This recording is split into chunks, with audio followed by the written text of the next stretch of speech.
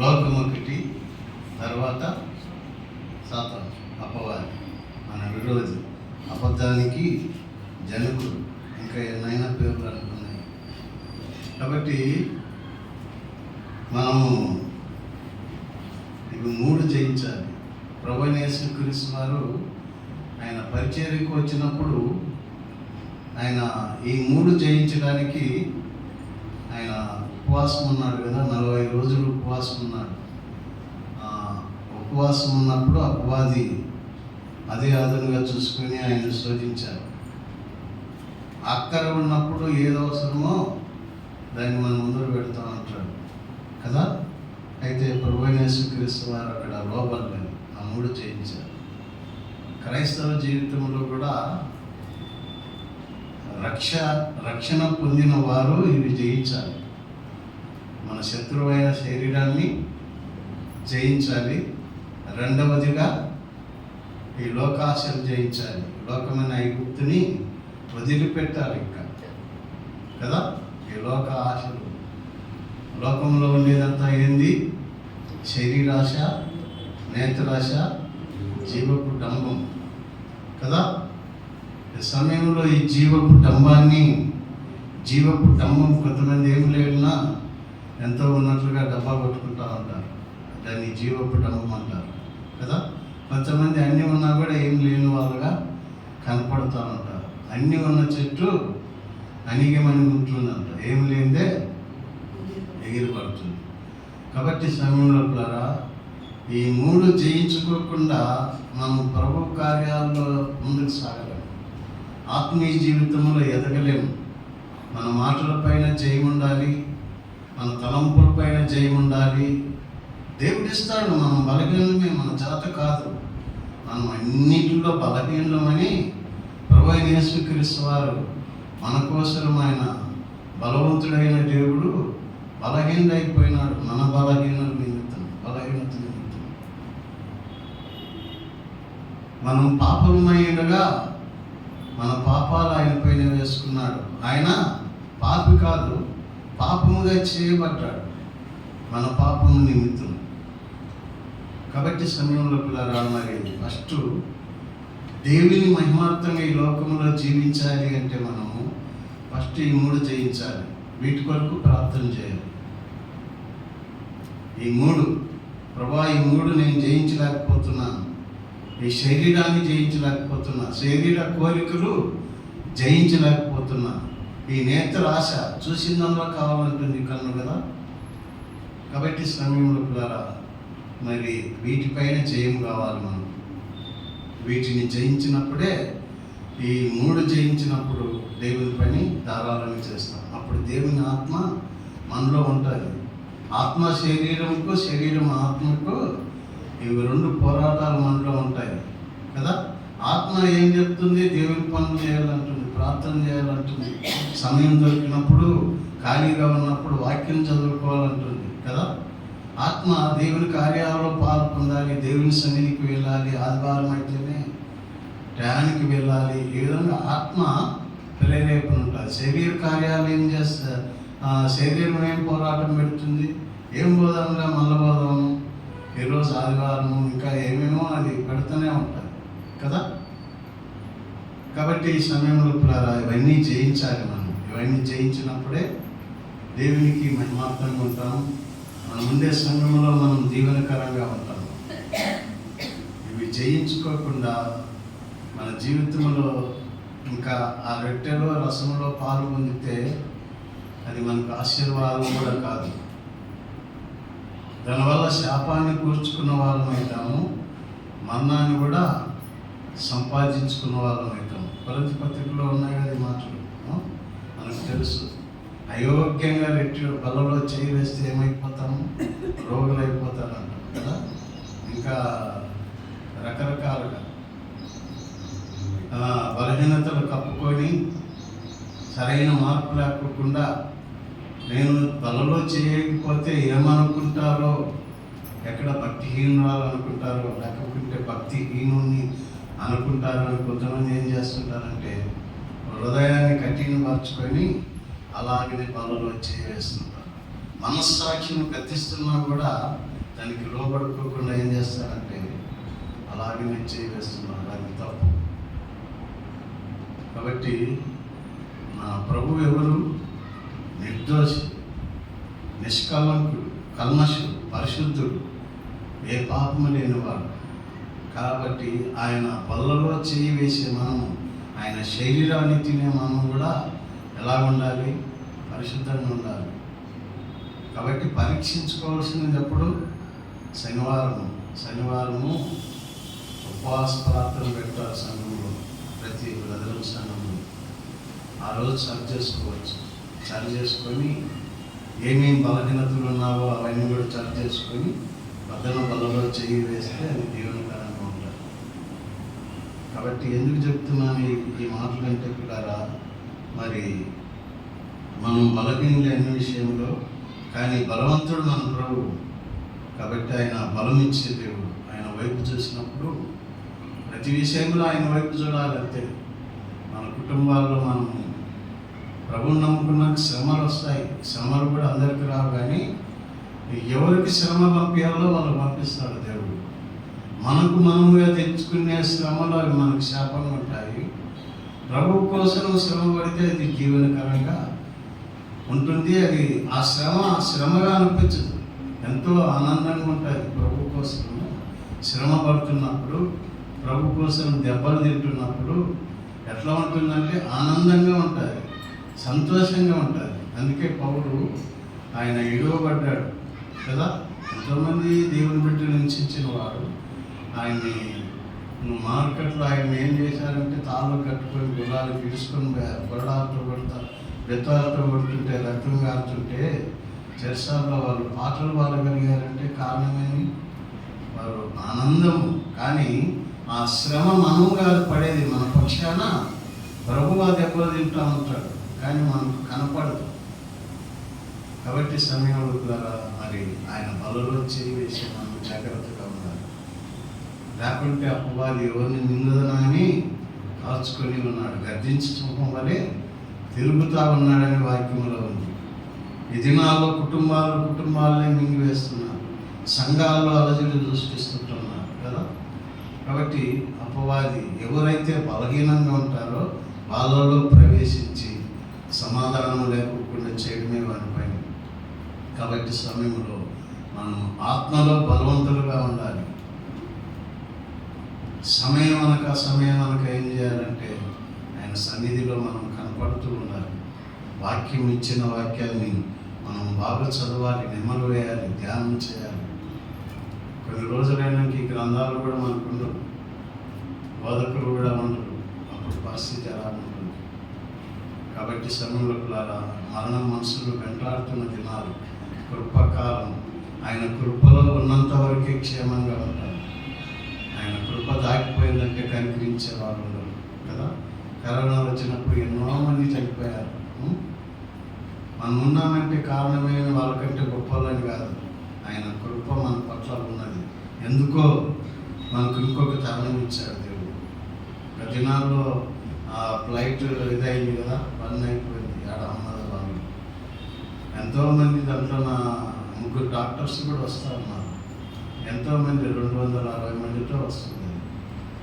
వాళ్ళు ఎంతో ఆనందంగా వస్తున్నారు. కొంతమంది సెల్ఫీ ఫోటోలు తీసుకున్నారు, కొంతమంది అనుకున్నారు వాళ్ళు సెకండ్లో జరిగిందంటే.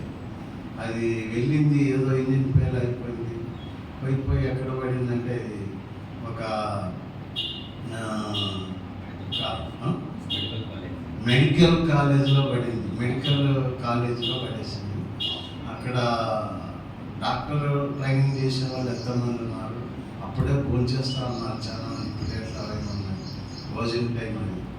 ఆ ప్లేట్లు అవన్నీ చూస్తే ఎంత హృదయ ఇదిగా ఉంది పరిస్థితి. ఎవరు అంతా మారిపోయినారు. ఆ మెడికల్ కాలేజీలో ఎంతోమంది ఉన్నారు, దాదాపు కొంతమంది చనిపోయినారు, కొంతమంది గాయపడ్డారు.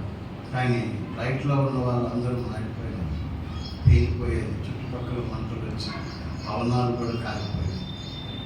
ఇప్పుడు వరకు కూడా ఇంకా తీస్తూనే ఉన్నాం.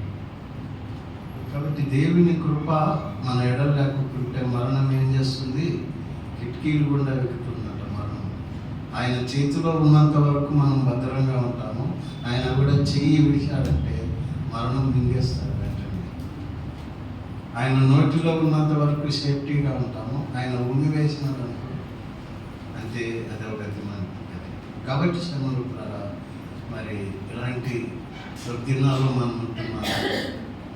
ఈ కృపాకాలము ఉన్నంత వరకే ఎన్ని చేసినా దేవుడు మనం క్షమించుకొని పోతా ఉంటాడు. కానీ ఈ కృపాకాలం దాటిపోయిందంటే అప్పుడు క్షమ అనేది ఇంక మనకు ఉండదు.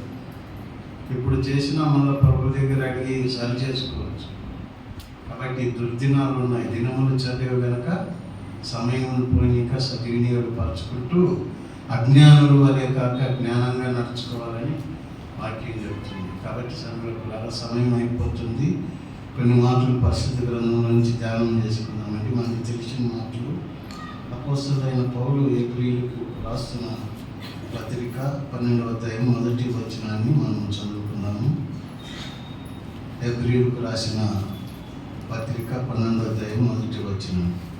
ఎంత గొప్ప సాక్ష్య సమూహము మేఘము వలె మనలను ఆవరించినందున మనం కూడా ప్రతి భారమును సులువుగా చిక్కుడు పెట్టు పాపమును విడిచిపెట్టి విశ్వాసమునకు కర్తయగు దేవుని దాన్ని కొనసాగించువాడునైనా యేసు వైపు చూచుచు మన ఎదుట ఉంచబడిన పందెములు ఓపికతో పరిగెత్తదు. ఏం పందెం మనకుంది? మన ఎదుట ఉంచబడింది ఏంటి? పరలోకం ఉంచబడింది. ఇప్పుడు బహుమానం పొందాలంటే, గిన్నిస్ బుక్లో ఎక్కాలంటే గెలిచిన వానికే కదా. ఆ వరాలు కప్పు రావాలంటే ప్రాక్టీస్ ఇవన్నీ ఉన్నవాళ్ళే ఆటలో పాల్గొంటారు కదా.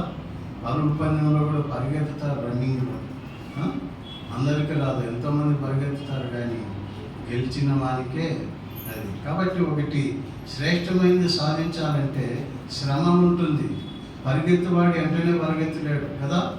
దానికి సాధకం ఉంటుంది. ఎంతో సాధకం చేస్తాడు, ట్రైనింగ్ దానికి. రోజు ఇంత పరిగెత్తడము, 8 కిలోమీటర్లు పరిగెత్తడము, అలాగా. ఆ దినం వచ్చిన తర్వాత, పందెం వచ్చినప్పుడు ఆ ట్రైనింగ్ అయిన తర్వాత వెళ్తాడు కదా. కాబట్టి ఒక ఎస్ఐగా కావాలంటే, కానిస్టేబుల్ కావాలంటే, లేకుంటే ఒక మిలిటరీలో చేరాలన్నా సాధకమిస్తారు కదా. అంత కఠినంగా ఉంటాయి. కాబట్టి మన ఎదుట ఏమి ఉంచబడింది? పరలోకం ఉంచబడింది. పరలోకంలో అందరూ చేరలేరు కదా, అందరూ చేరలేరు. కానీ మన పరుగు పందెం, ఈ యొక్క జీవనోపాధంలో మన జీవిత యాత్రలో మరి ఎన్నో శోధనలు వస్తూ ఉంటాయి, ఎన్నో ఆటంకాలు వస్తూ ఉంటాయి. వీటన్నిటిని మనం ఏం చేయాలి? జయించుకొని పోవాలి. ఈ శరీరాశ, నేత్రాశ, జీవ కుటుంబాన్ని ఇవన్నింటినీ జయించుకొని పోతూ ఉండాలి. అంతే. ఓర్పు కావాలి, సహనం కావాలి, దీర్ఘశాంతం కావాలి. ఇవన్నీ లేకుంటే క్రైస్తవుడే కాదు. సహనం లేకుంటే దేవుని బిడ్డలను చెప్పుకునే కూడా వెళ్ళలేదు మనం. కాబట్టి సమయంలో పిల్లరా, ఇవన్నీ కూడా మనకు యోగు జీవితంలో మనకు తెలుసు కదా. ఆయన అన్నీ కూడా సహించినాడు. సాతానికి ఆన్వర్ట్ చేసినాడు. ఒక కంప్లైంట్ ఆయనకు వస్తామంటే మనమైతే నిలవలేము కదా. అవన్నీ కూడా ఆయన విన్నాడు. విని తర్వాత దేవుని దూషించాడు. యెహోవా ఇచ్చింది యెహోవా చేసుకోండి, ఆయన నామానికి స్తుతి కలుగును గాక అన్నాడు. అంతే కదా. నిజమైన ఆరాధన స్తుతి అదే. మనమైతే ఉన్నప్పుడు దేవుని స్తుతిస్తాం, లేనప్పుడు ఏం దేవుడు మాకు ఇంత అన్యాయం చేసి పెట్టాడు. ఎంతగానో మందిరానికి వెళ్తున్నాం, కానుకలు ఇస్తున్నాం, అన్ని చేస్తున్నాం, అన్నింటిలో పాల్గొంటున్నాం. ఎందుకు మాకు ఇట్లా జరుగుతుంది అని అనుకుంటాం. కానీ ఇలా దేవుడు అన్యాయస్తుడు కాదు, న్యాయవంతుడు. కాబట్టి సమయంలో దేవుడి జీవితంలో చివరికి భార్య వచ్చింది. అప్పవారికి ఎక్కడ ఛాన్స్ లేకపోయింది. ఇంకా యోగు ఉన్నాడు.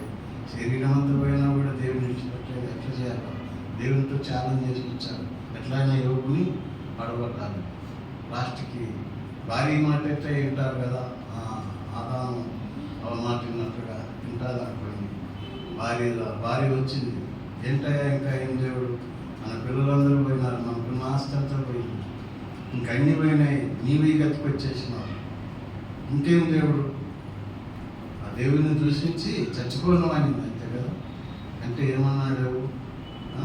ఆడ భార్యని ఏమన్నా తిట్టినారా? ఏమన్నా కదా. ఒక మూర్ఖురాలు ఎట్లా మాట్లాడుతుందో అలాగే నువ్వు మాట్లాడుతున్నావమ్మా, మంచిది కాదు అది. దేవుని వల్ల మేలు అనుభవించినాం, ఒకప్పుడు కీడు కూడా అనుభవించగలదా అన్నారు కదా. దేవుని వల్ల ఎంతో మేలు అనుభవించాము, కీడు అనుభవించదగదా. మనం ఈ లోకానికి వచ్చేటప్పుడు ఏమి తీసుకురాలి అన్నాడు దేవుడు కదా. నేను ఒంటరిగా వచ్చాను, దిగంబరిగా వచ్చాను, మళ్ళా దిగంబరిగా వెళ్తాను.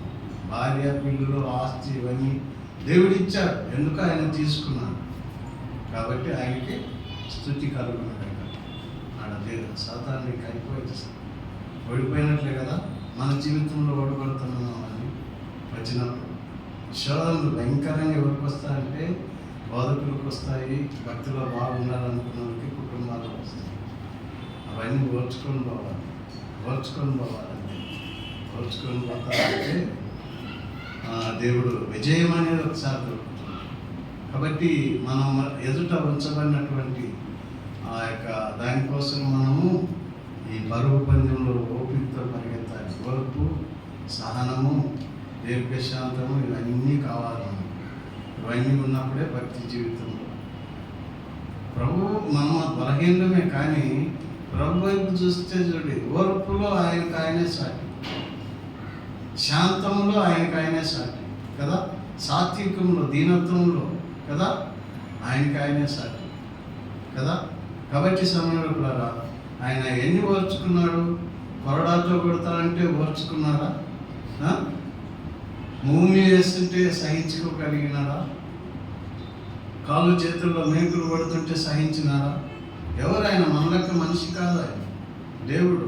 అంటే మనిషి స్వరూపము ధరించుకున్నాడు. అంటే మనం అనుకుంటాం మన చేత కాదు ఏమి అని, ప్రతిదాన్ని మనం అనుకుంటాం. నేను చేతగానాలు అంతా దేవుని పైన వేస్తుంటాం. ప్రభా చేత కాదు, నువ్వే నాకు సహాయం చేయి, విడిపించినాను అంటారు. కానీ ప్రభుకి ఏం చేసిన అంటే ఇది సాధ్యమని చూపించినారు ఆయన. ఇవన్నీ కూడా ఆయన రక్తమాంసంలో పాలువాడుగా ఉన్నాడు కాబట్టి దాహం అంటే ఆయనకి తెలుసు, బాధ ఆయనకి తెలుసు, ఇవన్నీ తెలుసు, ప్రమాదం ఉంది అని తెలుసు కూడా ఆయన ఏం చేశాడంటే అర్పించుకోగలిగినాడు మన కోసం. కాబట్టి అందుకే నేను సాత్వికుడును, దీన మనసు గలవాడను, ఈ కాడి మోసుకోవట నా దగ్గర నేర్చుకోండి అన్నాడు. కాబట్టి నేర్చుకుంటున్నాం ప్రభు దగ్గర, ప్రభు పాదాల దగ్గర. నీకున్న బలహీనత కోసం అడుగుతున్నావు ప్రభువా, వీటిపైన నాకు విజయాన్ని తెచ్చి నీ సాక్షిగా నేను జీవించాలి, నీ మహిమార్థంగా నేను జీవించాలి, నా కుటుంబం జీవించాలి, నా పిల్లలు ఆశీర్వాదకరంగా ఉండాలి నాయన. లేకుంటే మనం బలహీనంగా ఉంటే సాతాను మన పిల్లలపైన దాడి చేస్తాం, మన కుటుంబాలపైన దాడి చేస్తాం. యోబు ఇంటి చుట్టూ ఏముందంట? లోపలికి పోకుండా కంచె ఉంది, ప్రార్థన కంచె ఉంది. యోబు వేశారు, పిల్లలు తప్పు చేశారేమో వాళ్ళ కోసం వల్ల అర్పించారు. ఆయన ఎంతవరకు చేశారంటే ప్రతి దినం ఆ విధంగా చేసేవారు. కాబట్టి మన పిల్లలు కూడా క్షేమంగా ఉండాలి అంటే ఈ ప్రార్థనలు అవసరం, కుటుంబ ప్రార్థనలు అవసరము, వ్యక్తిగత ప్రార్థనలు అవసరం. సంఘంలో మనుషుల కోసం కనపడే ప్రార్థన కాదు, కానీ సంఘ నియమ కార్యక్రమాల్లో కూడా పాల్పొందాలి. ప్రార్థనలు అనేది ఏర్పాటు చేసి ఉంటారు, ఉపవాస ప్రార్థనలు ఇవన్నింటిలో కలుస్తూ ఏకీభవించాలి. అందరూ కలిసి ప్రార్థన చేస్తామంటే అపవాది ఉండలేడు. కాబట్టి సమయంలో మనకున్నటువంటి పరుగు పందెంలో, నీ పరుగు పందెంలో ఎక్కడ అలసిపోతున్నావో ఒకసారి జ్ఞాపకం చేసుకో. నువ్వు అలసిపోతా ఉన్నట్లయితే ప్రభువా నా చేత కాదు, నేను పరిగెత్తాలనే ఉంది, జయించాలి ఇవన్నీ అని ఉంది, నా చేత ఏమాత్రం కావటం లేదు నాయన, నాకు విడిపించి విడిపించవా తండ్రి, నీ సాత్వికాన్ని, నీ దీన మనసును నాకు దయచేయి ప్రభువా. ఈ పరుగు పందెంలో నాకు విజయాన్ని దయచేయి, ఈ లోకాశ నుంచి, నేత్రాశ నుంచి, జీవపు డమ్మం నుంచి నాకు విడుదల దయచేయి అని అడగాలి. అడిగినప్పుడే మీకు ప్రభువులో ఆనందించే విధానము తెలియదు. ఎట్లా ఉంటుందంటే ఆనందం లోకం ఇచ్చినట్లుగా కాదు అంటాడు ప్రభు.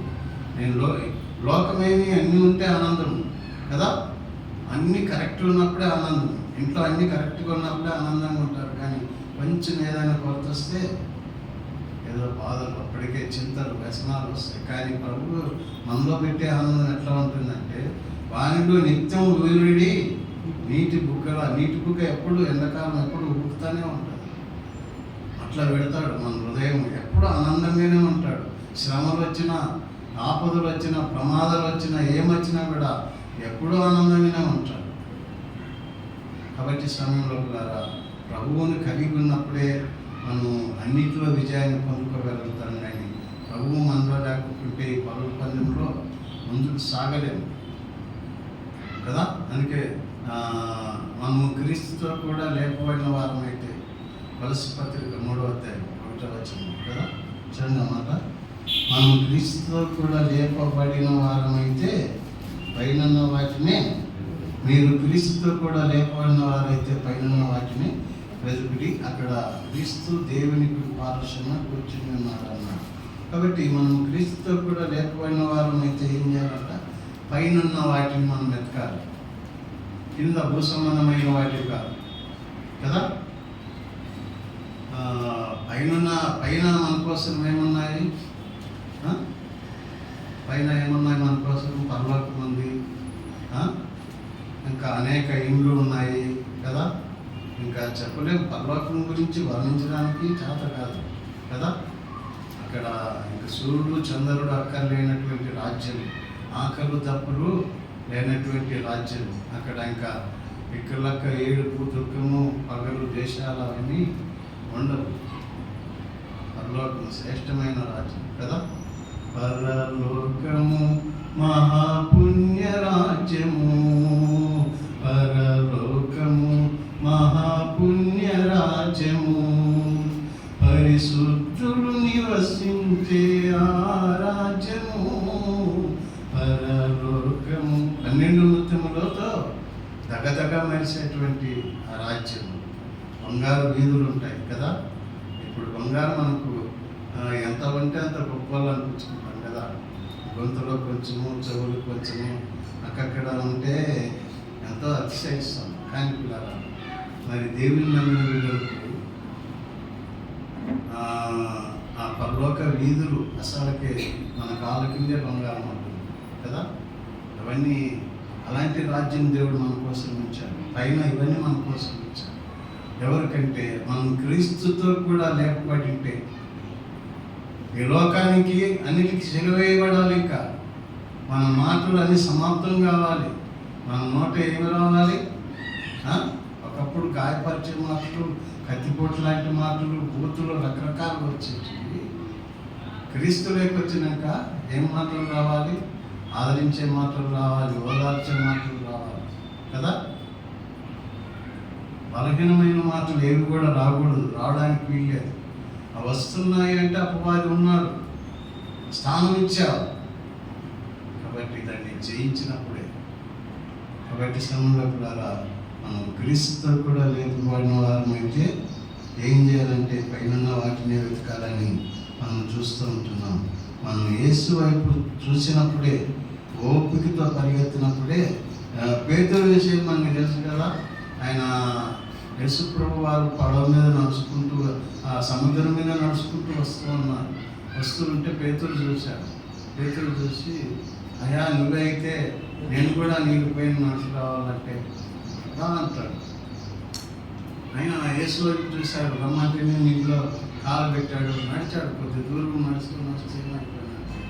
వెంటనే గర్వం వచ్చిందో ఏమో తెలియదు కదా. అరే నేను నీళ్ళపై నడుస్తున్నాను, ఇంకెంత గొప్పవాళ్ళని అయిపోయినాను. లేకపోతే నీళ్ళు వైపు చూశాడు, నీళ్ళు వైపు చూస్తేనే భయం వచ్చేసింది.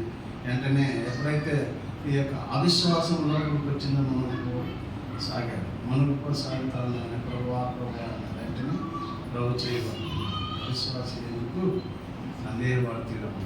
కాబట్టి సమయంలో మరి మన ప్రభువు లేపేవాడు, పలుగొట్టేవాడు కాదు. యేసు వైపు చూడాలి. యేసు వైపు చూసినప్పుడే మన విషయంలో, ప్రతి విషయంలో నువ్వు కుటుంబ బాధ్యత కలిగినావా, ప్రభా ఈ కుటుంబం నేను కట్టుకోలేను, ఈ పిల్లలు నా మాట వినరు, ఈ భారము నేను భరించలేను, ప్రభా ఈ కుటుంబాన్ని నీవే కట్టు, నా పిల్లలు నువ్వే కట్టు, నీవే బలపరచు, నీవే స్థిరపరచు, నన్ను కూడా నాకు కావలసిన స్త్రీలు కూడా, జ్ఞానవంతురాలు ఏం చేస్తుందట? తన ఇల్లును కట్టుకుంటుంది, తన కుటుంబాన్ని కట్టుకుంటుంది. 31 కీర్తన బాగా చదవండి, చదువు వస్తుంది కదా, అదంతా బాగా చదివి హృదయంలో పెట్టుకోండి, నెమరు వేయండి. భర్తని ఎలా ప్రేమించాలి, భర్తని ఎలా గౌరవించాలి, అత్తమామని ఎలా గౌరవించాలి, తల్లిదండ్రులు కానీ అందరినీ ఎలా ప్రేమించాలి, ఇవన్నీ మనకున్నాయి.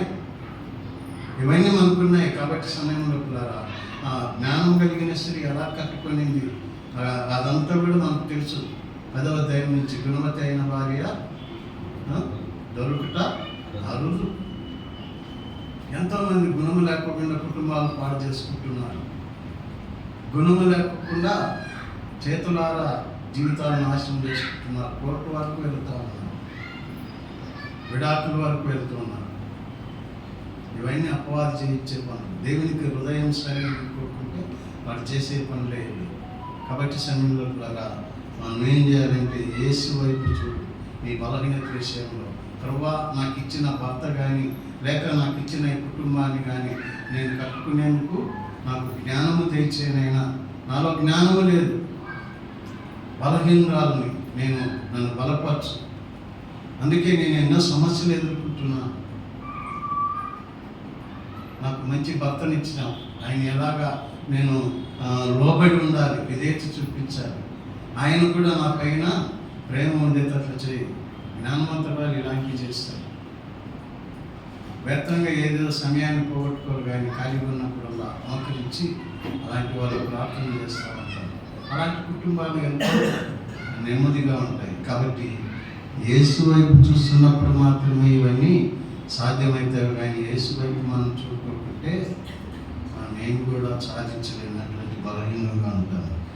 కాబట్టి పేతురు యేసు వైపు చూసినప్పుడు ఆయన కోడి కూరిక ముందు నువ్వు 3 సార్లు నన్ను ఎరగనని చెప్తాడు కదా పేతురు.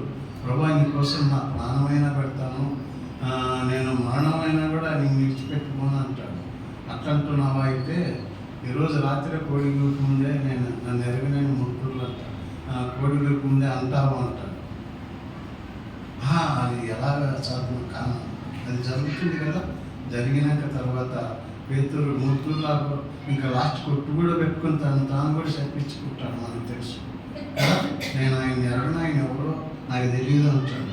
కాబట్టి లూకా సువార్తలో చూసినట్లయితే 22:16, 61, 62 చూసినప్పుడు ఇంకా యేసు ప్రభువుని పట్టుకొని పోతున్నారు శిక్షించడానికి. పట్టుకొని పోతారంటే పేతురు అబద్ధం ఆడాడు, తర్వాత తప్పించుకున్నాడు వాళ్ళ నుంచి, సైనికుల నుంచి. యేసు ప్రభువుని తీసుకొని పోతారంటే ఆ యేసు ప్రభు పేతురు వైపు చూశారు.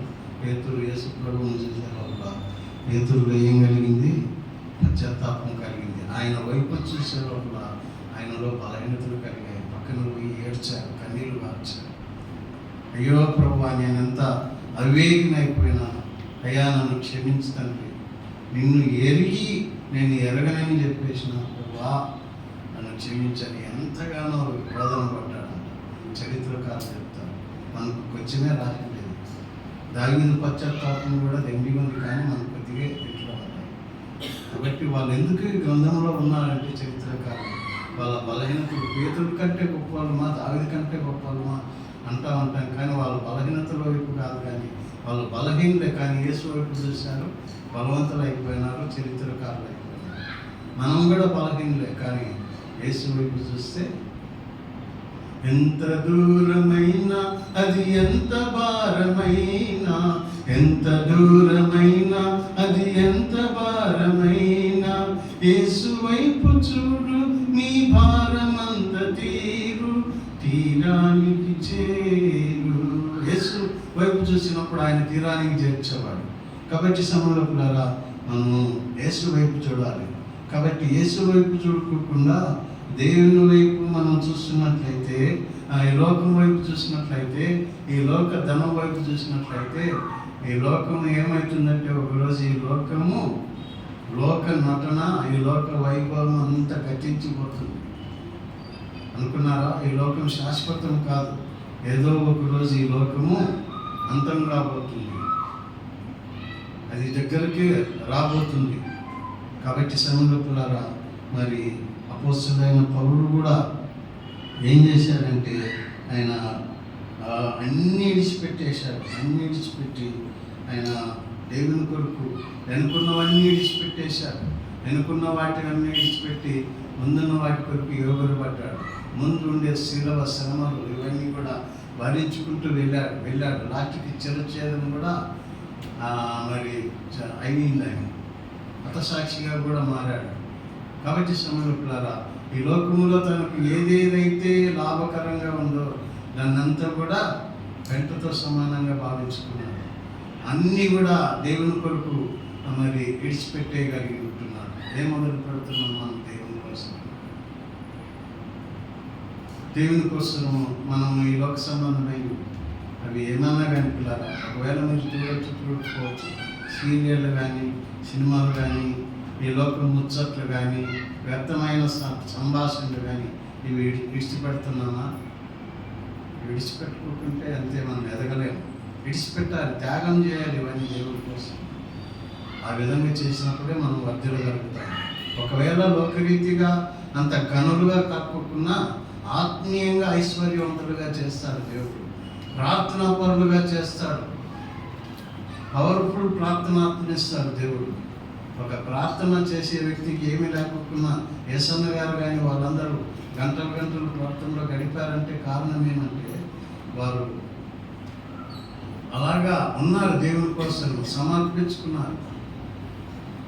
ఆకలి దప్పులు అవన్నీ ఎరగల దేవుని కోసం అన్నీ కూడా సహించుకోగలిగినారు కదా. అపోస్తలులు శిష్యులు అపనిందలు నిందలు అన్నిటినీ భరించి ఆత్మలు రక్షించేది. ఇప్పుడు మన స్టేజ్ ఏదంటే, ఒకప్పుడు విన్నాం కదా ఆరాధన వర్తమానంలో, ఆశ్చర్యకరమైన తన వెలుగులోనికి ఆయన మనం నడిపించాడు. ఒకప్పుడు చీకట్లో ఉన్న మనం. కాబట్టి సమయంలో ఆ చీకటి నుంచి ఎన్నేళ్ళు ఆయన బయటకు వచ్చి ఇంకా చీకట్లోనే ఉంటున్నామా, వెలుగు సంబంధాలు అని చెప్పుకుంటున్నామా? చీకట్లో అది దేవునికి అవమానం. కాబట్టి సమయంలో మన వెలుగు ప్రకాశించాలి, జ్యోతుల వల్లే ఉండాలి. మనం అలాగ ప్రకాశిస్తే ఈ మందిరము పట్టదు, అలాగ నడిపిస్తాడు దేవుడు. మన జీవితమే మన జీవితాలు మన క్రియల్లోనే క్రీస్తుని కనపరిచిన వారుగా ఉన్నారు. మన బ్రతుకులు చూసిన వారు వీళ్ళు ఒకప్పుడు ఇలా ఉండ్రి. ప్రభువుని నమ్ముకున్నప్పటి నుంచి వారు ఆ మతంలో వెళ్ళినప్పటి నుంచి వారు ఎంత బాగా మారిపోయినారు. వాళ్ళ మాటలు మారిపోయినాయి. ఎంత సంతోషంగా ఉండగలుగుతున్నారు. ఏమీ లేకపోకుండా ఎంత ఆనందంగా ఉండగలుగుతున్నారు వాళ్ళు. యేసు ప్రభు ఎంతో గొప్పవాడు నిజంగా. ఆయన నమ్ముకున్నప్పటి నుంచి మాకు ఇంత ఉన్నా కూడా మా కుటుంబంలో మేము ఆనందంగా ఉండలేకపోతున్నామే అనే ప్రశ్న వాళ్ళు పడేటట్లుగా మనం జీవించాలి. ఆ విధంగా ఉన్నప్పుడు ఏమవుతారంటే వాళ్ళు కూడా దేవుని మాట మనం వెళ్ళి చెప్తే వింటారు అలాంటప్పుడు. కాబట్టి ముందు మన క్రియల్లో మనం దేవుని కనపరిచేవారుగా ఉండాలి. అది దేవుని ద్వారా సాధ్యమవుతుంది. మన మాటలు మారుకోకుండా, మన జీవితం మారుకోకుండా ప్రభు కోసము ఏం చేయలేము. ఒకవేళ చనిపోతే పరలోకం వెళ్తాం అనుకుంటాం కానీ వెళ్ళలేము, గుర్తుపెట్టుకోండి.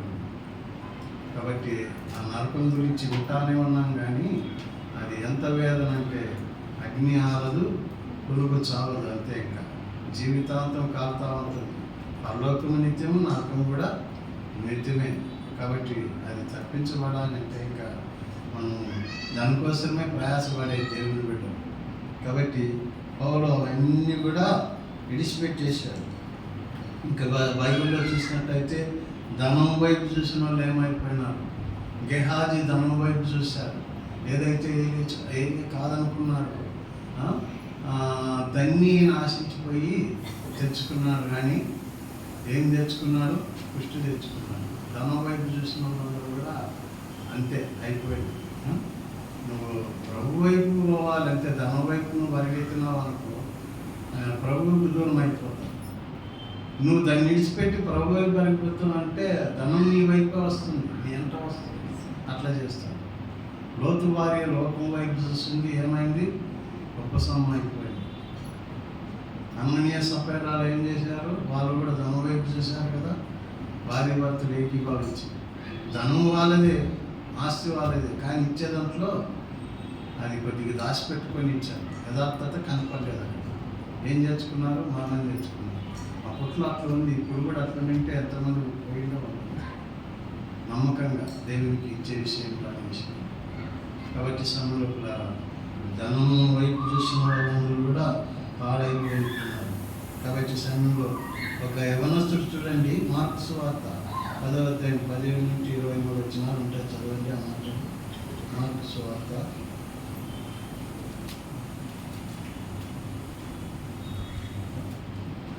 10వ అధ్యాయము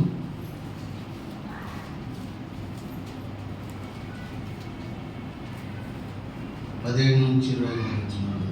10వ అధ్యాయం. ఆయన బయలుదేరి మార్గమున పోవచ్చుండగా పరిగెత్తుకొని వచ్చి ఆయన ఎదుట మోకాడుని. పరిగెత్తుకొని ఒకడా లేకుంటే ధనవంతుడా? ఒకడు పరిగెత్తుకొని వచ్చి ఆయన ఎదుట మోకాలుని సద్భక్తుడా, నిత్య జీవములకు సద్బోధకుడు కదా, సద్బోధకుడా, నిత్య జీవమునకు వారసులు అవటానికి నేనేమి చేయాలని అడిగాడు. యేసు నన్ను సద్బోధకుడు అని నీవు ఎలా అంటున్నావు అంటాడు. తర్వాత దేవుడు ఒక్కడే గాని ఎవడును సత్పురుషుడు కాడు. తర్వాత నరహత్య చేయవద్దు, వ్యభిచరింపవద్దు, దొంగలింపవద్దు, అబద్ధ సాక్ష్యం పలకవద్దు. చాలు, ఇవన్నీ మనకు తెలుసు. కాబట్టి ఒకడు ఏం చేశాడంటే నిత్య జీవానికి వారసుని కావాలంటే నేనేం చేయాలని యేసుప్రభుని అడిగాడు. అప్పుడు యేసుప్రభు ఏమన్నాడు? అదాజ్ఞలు ఏముండాలి? నరహత్య చేయొద్దు, దొంగలింపవద్దు, ఇవన్నీ చేయొద్దు అంటే వాడేం చెప్పాడు? ఇవన్నీ నేను పిల్లప్పటి నుంచే చేస్తున్నానయ్యా, ఇవన్నీ కూడా ధర్మశాస్త్రాన్ని అంతా నేను పాటిస్తున్నాను ఎట్లా అంటాడు. అట్లయితే కరెక్ట్, నీకు ఇంకొకటి కొత్తగా ఉందన్నాడు ప్రభు. ఏంటి అంటే నీకున్న ధనం ఏదైతే ఉన్నదో అదంతా కూడా పేదలకు ఇచ్చేసి వచ్చి నన్ను వెంబడించంటే వాడు ఏం చేశాడు? అతడు మిగల ఆస్తి గలవాడు కాబట్టి, ధనం తిండి ఉంది కాబట్టి ధనాన్ని ఇంత ధనాన్ని నెట్ఫ్లిక్స్ పెట్టాలా, నేను మాటిని కూడా నేను ఈ ధనం విడిచిపెట్టానంటే ఇంకంతే. ధనం ఉంటేనే ప్రజలు మమ్మల్ని గౌరవించేది, ఇది ఉంటేనే వాల్యూ ఉంటుంది మనసులో. ఇది లేకపోతే మమ్మల్ని ఎవరు కూడా పట్టించుకోరు, చిన్న చూపు చూస్తారు. ఈయన కావాలంటే మళ్ళీ అడుక్కునొచ్చులే, క్షమించేవాడు, చూసుకునొచ్చు అనుకొని ఏం చేశానంటే మకం చిన్న పుచ్చుకొని అక్కడి నుంచి వెళ్ళిపోయినాడు. ఇంకా ఆయన చరిత్ర లేదు. ధనవంతులు ఏమైపోయినారో మనకు తెలుసు. కాబట్టి ఇవన్నీ త్యాగం చేయాలి మనం దేవుని కోసం. కాబట్టి నిత్య జీవాన్ని ఆశించాడు. ప్రభు దగ్గరికి వచ్చినప్పుడు ప్రభు చెప్పిన మాట వెళ్ళలేకపోయినాడు, కాబట్టి వెళ్ళిపోయినాడు అంతే.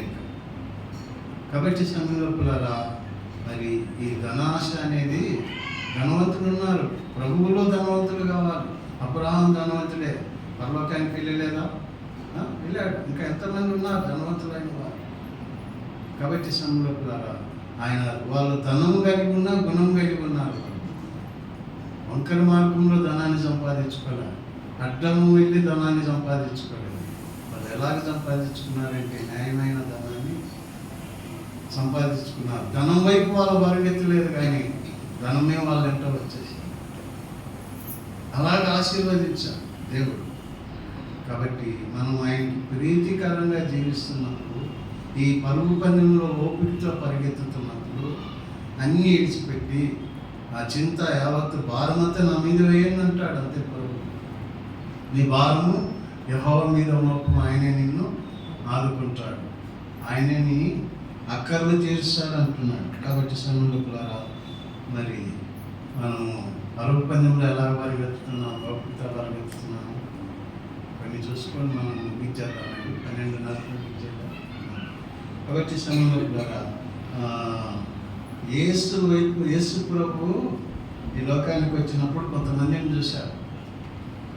ఆయన ఈ లోకానికి వచ్చినప్పుడు కొంతమందిని చూశాడు. ఎవరిని చూశాడు? పేద విధవరాలైన స్త్రీని 7వ అధ్యాయం లూకాసు వార్తలో చూశాడు. విధవరాలైన స్త్రీ, ఆమెను చూశాడు ప్రభు. ఆమెను ఎలాగ చూశాడు? ఆమెకు ఒక్కగానొక్క కుమారుడు, భర్త లేడు, చనిపోయాడు. ఆ కుమారుని ఎంతో ఆశతో పెంచుకునింది. అనుకున్న రీతిగా యుక్త వయసుకు వచ్చాడు. ఇంకా నా కుమారుడు ఎదుగుతున్నాళ్ళ, వాడు మంచి విద్యావంతుడు అవుతాడు, వానికి వివాహం చేయొచ్చు, ఒక మనవడో మనవరాలో పుడితే ఇంకా వాళ్ళతో నా కాలక్షేపాన్ని చేయొచ్చు అని ఆమె ఆనందిస్తున్న సమయంలో ఏం జరిగిందంటే ఆ అబ్బాయి సడన్లో చనిపోయాడు. చనిపోయిన అంటే ఆ ఆశలన్నీ ఏమైపోయినాయి, నిరాశలైపోయినాయి కదా. ఆమె హృదయం ఎలాగో అయిపోయింటుందో చూసుకోండి. ఎన్నో ఆశలు కుమారుని పైన పెట్టుకునింది, వాడిని పెంచుకొనింది, ఎంతో కూలీనాలు చేసుకొని ఎన్నో ఇబ్బందులు పడి వాడిని పెంచుకొని గొప్పవాణిగా చేసింది. కానీ అనుకున్న రీతిగా యుక్త వయసుకు వచ్చాడు. ఇంకా ఆమె ఆశలు నెరవేరుతా అనుకున్న సమయంలో ఆ కుమారుడు చనిపోయాడు.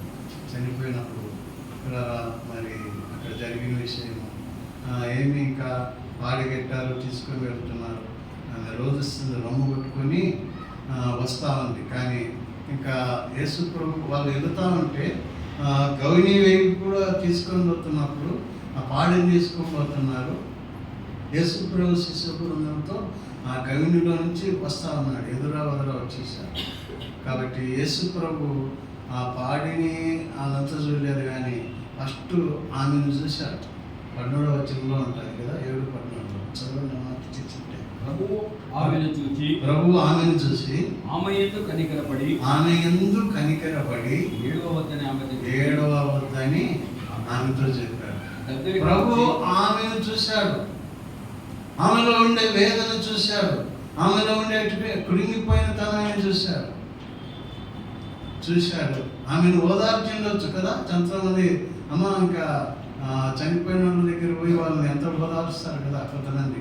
ఇంకా ఏదో రోజు మనం కూడా పోవాల్సిందేనమ్మా, కొంతకాలము ఇంకా అయిపోయిన వాళ్ళు వస్తారా రారు, రకరకాల ఓదార్స్తారు. కానీ ఆమెను ఎంతోమంది ఓదార్చింటారు, కానీ సరైన ఓదార్పు దొరకలేదు. కారణమేమి? ఆమెకు ఓదార్పు కావాలంటే ఏం కావాలి? ఆమెకి తన కుమారుడు కావాలి. తన కుమారుడు కావాలంటే ఎక్కడున్నాడు? చనిపోయినాడు. చనిపోయిన కుమారుడిని ఎవరిస్తారు? ఎవరు బతికిస్తారు?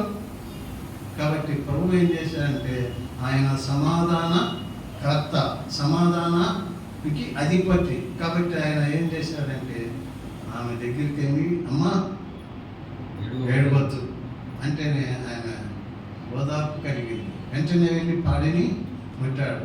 ముట్టిన వెంటనే వాళ్ళు పాడిని దించారు. చిన్నవాడు ఇమ్మనగానే వాడు దిగ్గును నేర్చుకుంటున్నాడు. కనబోయిన తల్లికి సజీవునిగా తన కుమారునికి చెప్పాడు కదా. కాబట్టి యేసు ప్రభువు ఎవరినైతే చూశాడో వాళ్ళను బాగు చేశారు. చనిపోయిన వాళ్ళను సైతం లేపగలిగిన ఆమెను చూశాడు, ఆమె వేదన చూశాడు. ఆ విధురాలకి తన కుమారుని సజీవునిగా ఇచ్చే లోపల ఆ తల్లికి మళ్ళా ఆశలు చిగురించాయి. కాబట్టి 3 బాగిన జీవితాలను బాగు చేసేవాడు మన ప్రభు, చిగురింప చేసేవాడు మన ప్రభు. ఎక్కడ 3 బాగిపోయి ఉంటున్నాం, ఎక్కడ మనం కురిగిపోతున్నామో ఒకసారి ఆలోచన చేసుకోవాలి. ఇంకా ఒకటి చూడగలుగుతాం. చూడండి,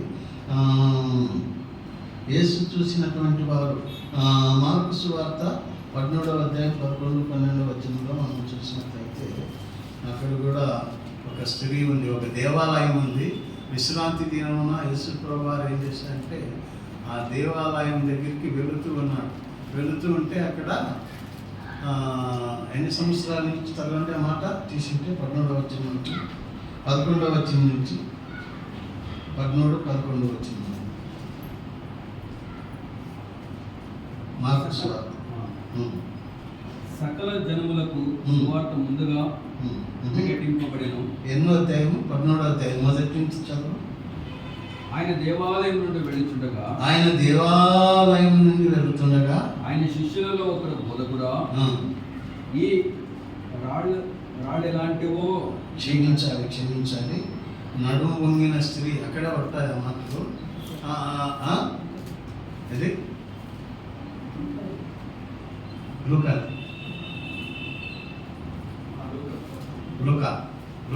రైట్. చాలా థ్యాంక్స్ బ్రదర్. చదవండి ఆ మాటలు చదవండి. ఆడ దేవాలయంలో ఏం జరుగుతుందంటే 13వ అధ్యాయం 10వ వచనం చదవండి. చేసిన వాళ్ళు నీట్గా చదవండి. విశ్రాంతి దినమున ఆయన సమాజ మందిరంలో బోధించుచున్నప్పుడు 18 ఏళ్ల నుండి బలహీనపరచు దయ్యం పట్టిన ఒక స్త్రీ, నడుము వంగిపోయింది కదా, నడుము వంగిపోయినటువంటి స్త్రీ. కాబట్టి లూకాసు వార్తలో ఆ మాటలు చూశాం కదా. ఆయన దేవాలయంలో వెళ్ళాడు. ఆ దేవాలయం దగ్గర చాలా మంది ఉంటారు కదా, అడుగు తినే వాళ్ళు ఉంటారు అక్కడే. ఏమంటే దేవుని బిడ్డలు ఇస్తారు, కనికరం కలిగిన వాళ్ళు, జాలి కలిగిన వాళ్ళని ఇస్తారని ఉంటారు. కాబట్టి ఈ సమయంలో కూడా దేవుని బిడ్డలు అన్నీ కూడా ప్రేమ కలిగి ఉంటారు. ఆ నడుము వంగిపోయిన స్త్రీ ఏమైందంటే 17 సంవత్సరాల నుంచే 18 సంవత్సరాల నుంచి అక్కడ ఉంది. నడుము వంగిపోయింది. నడుము వంగిపోయిన వాళ్ళ పరిస్థితి ఎట్లుంటుందంటే పైన ఏమి చూడలేరు కదా, ఏమన్నా కిందనే ఇంకా వాళ్ళు అక్కడ ఇక్కడ కూడా చూడలేరు కదా, వంగిపోయింది. 18 సంవత్సరాలుగా అక్కడ ఎందుకుందంటే దేవుని బిడ్డలు సేవకులు ఎవరైనా నా కోసం ప్రార్థన చేస్తారేమో, నేను బాగా ఉన్నాయి అనుకొని 18 సంవత్సరాలుగా నిరీక్షణతో ఉంది. మత బోధకులు వచ్చారు, మత బోధ చేస్తూ వెళ్తూ ఉన్నారు, కానీ ఆమెను ఎవరు కూడా పట్టించుకోలేరు, ఎవరు కూడా ఆమెను చూడలేరు. కానీ కూడా ఆమె అలాగనే నిరీక్షణతో ఉంది. కానీ యేసు ప్రభు వచ్చి చూశాడు. చూసి ఆమె దగ్గరికి వెళ్ళాడు. ఆమెను చూసి ఆమె దగ్గరికి వెళ్ళి ఏం చేశాడు? యేసు ఆమెను చూసి రమ్మని పిలిచి అమ్మా నీ బలహీనత నుంచి విడుదల పొందుమని ఆమెతో చెప్పి ఆమె మీద చేతులుంచి ఆమె చక్కగా నిలబడి దేవుని మహిమపరచెను. కాబట్టి ఎవరు చూడలే ఆమె వైపు, ఎవరు పట్టించుకోలేరు. కానీ యేసు ఆయన దేవాలయంలో బోధించి వచ్చి ఆమెను చూశాడు. ఆమె దగ్గరికి వచ్చాడు. ఆమె దగ్గరికి రమ్మన్నాడు. వచ్చింది. వచ్చిన వెంటనే అమ్మా నీ బలహీనత, ఆమెకున్న బలహీనత ఏమి, వంగిపోయినారు. ఈ దినాల్లో అనేకులు అనేక వాటికి వంగిపోయింటారు కదా. కొంతమంది తాగుడుకు వంగిపోయిన వాళ్ళు దాంట్లో కూలిపోయింటారు. కుటుంబాల నాశనమైనా కూడా దాని నుంచి వాళ్ళు విడుదల పొందలేరు కదా. అపవాది బంధకాల్లో ఇంకా కొంతమంది రకరకాలుగా మనం అనుకునొచ్చు, అన్నిటికీ వెళ్ళిపోయి బెండ్ అయిపోయింది. కాబట్టి చక్కగా కాలేరు, ప్లాస్టిక్ 0 అయిపోతారు, కానీ చక్కగా అవ్వడానికి ఇష్టపడరు. కాబట్టి యేసు ప్రభు ఏం చేసినారంటే మనం ఓ నుంచి సీకి, సీ నుంచి ఐకి రావాలంట భక్తి జీవితం. అప్పుడే చెడిగా నిలబడుతుంది. అది దేవుడు చేస్తారు. కాబట్టి సమూహకులారా నీ బలహీనత నుంచి విడుదల పొందినాము అంటేనే ఆమె ముట్టుగానే ఆమె చక్కగా నిలబడింది. ఆమెలో ఉన్న దురాత్మలు వెళ్ళిపోయినాయి. వెంటనే ఆమె ఏం చేసింది? దేవుణ్ణి మహిమపరిచింది. ఈ విధంగా ఇంకా జక్కయ్యను కూడా చూశాడు, బాగు చేశాడు. అట్లా యేసు ప్రభు చూసిన వాళ్ళందరూ కూడా ఎంతోమందిని బాగు చేశాడు. యోహాను సువార్తలో 8వ అధ్యాయంలో కూడా పాపాత్మురాలైన స్త్రీ అక్కడ చూస్తాము. రాళ్ళతో లోకం సమాజం కొట్టాలని చూస్తుంది. నేను పాపాత్మురాలు అనుకున్నారు, కానీ చంపాలనుకున్నప్పుడు యేసు ప్రభు దగ్గరికి తెచ్చినప్పుడు వారు బోధకుడా మరి ఇలాంటి విచారంలో పట్టుబడిన స్త్రీని రాళ్ళతో కొట్టి చంపాలని ఉంది కదా, మరి నీవేం చెప్తావు ఈ గురించి అంటే ఆయన అన్నాడు, అట్లా వాళ్ళని చంపాల్సిందే బతికినీవుడు. కానీ ఒకటి ముందు ఎవరు పాపం చేయలేదో వాళ్ళు కట్టి చంపండి. ఎవరు అందరూ చూసుకున్నారు, వాళ్ళ పాపాలు కనపడ్డాయి. ఆయన ఏదో రాస్తున్నారు. వెంటనే పోయినారు అందరూ కూడా వాళ్ళ దోషాలు కనపడిపోయినారు. కానీ ఆయనను చూశాడు. చూసి అమ్మ ఎవరు నేను శిక్షించలేదు అంటే నేను కూడా నిన్ను శిక్షించను, వెళ్ళు ఇంకా అంటాడు. ఇంకే పాపం లేదు, నేను కూడా శిక్షించను అంటే ఎందుకు? ఆయన శిక్షించే అధికారం ఉంది. ఆయనను కొట్టి చంపే అధికారం ఆయనకు ఉంది. ఎందుకంటే ఆయనలో పాపం లేదు, ఆయన పుట్టుకలో పాపం లేదు, ఆయన పెరుగుదలలో పాపం లేదు, ఆయన జీవితంలో పాపం లేదు, ఆయన పరిశుద్ధుడు. కాబట్టి సమయంలో ఆయనకు అధికారం ఉంది. నేను శిక్షించిన వెళ్ళు, నేను శిక్షించడానికి రాలేదు కానీ రక్షించడానికే వచ్చాను అంటాను. కాబట్టి సమయంలో మరి యేసు వైపు చూసిన వాళ్ళు ఎంతోమంది బాగుపడ్డారు. యేసు వైపు చూసిన వాళ్ళు కూడా బాగుపడ్డారు. యేసు వైపు చూస్తూ మనము ఈ లోక యాత్రలో ముందుకు సాగుతామంటే ఆయన సముద్రం పైన ఆయన నడిపిస్తాడు, మళ్ళీ గాలి తుఫాన్లు వచ్చినా నడిపిస్తాడు, ఎన్ని ప్రమాదాలు వచ్చినా కూడా 91 కీర్తనలో అంతా ఉంటుంది కదా అక్కడ, ఆయన ఎన్నిటి నుంచి తప్పిస్తాడు, వేటగాని గురి నుంచి అన్నిటి నుంచి మనము తప్పిస్తాడు కదా. జలములో పడి వెళ్ళినప్పుడు నీళ్లు ముంచవు, మనం అగ్నిలో పడి వెళ్ళినప్పుడు జ్వాలలు మనము కాల్చు. యేసు వైపు చూసినప్పుడు, విశ్వాసాన్ని కాపాడుకుంటూ ఉన్నప్పుడు ప్రభు ఏం చేస్తాడంటే వీటన్నిటినీ మనల్ని తప్పించి నడిపిస్తాడు. కాబట్టి సమయంలో మనం పరీక్షించుకొని మన జీవితంలో ఇంకా దేన్ని చూస్తున్నాం, దేన్ని ఆశిస్తున్నాం. ఒకవేళ లోకం వైపు ధనాన్ని నమ్ముకుంటున్నట్లయితే ఇవన్నీ నశించిపోయేటివి, కానీ పరలోకమందు మన కోసం ధనాన్ని కూర్చుకున్నామండి. పరలోకమందు అనేక నివాసాలు మన కోసం ఉన్నాయి. కాబట్టి మనం నీతిని, విశ్వాసాన్ని, భక్తి కలిగి జీవిస్తాం. ఆ విధంగా ఉన్నప్పుడు దేవుడు మనల్ని వాడుకుంటాడు, అన్ని విధాలుగా బలపరుస్తాడు. అటు కృప దేవుడు మనకు దయచేయను కాక. ఒక చిన్ని ప్రార్థన చేస్తాను, తర్వాత సోదరులు చేస్తాను. ప్రేమ కలిగిన ప్రభువా నీకు స్తోత్రాలు. ఇంతవరకు ఆరాధనలో తోడుగా ఉన్నారు అయినా మరి అల్పున్న మరుగుపరిచి మీ యొక్క లేఖన భాగం నుంచి కొన్ని మాటలు మీరు వినిపించినారు. విన్న మాటలు మధ్యలో వేయండి. ఉన్న వారందరూ కూడా ప్రభువా మరి మీ వైపు చూస్తూ ముందుకు సాగే భాగ్యాన్ని దయచేయమని మా ప్రభువును రక్షకుడైన యేసుక్రీస్తు వారి నామములో ఈ కొద్ది విన్నపాన్ని అడిగి వెళ్తున్నాం తండ్రి. ఆమేన్.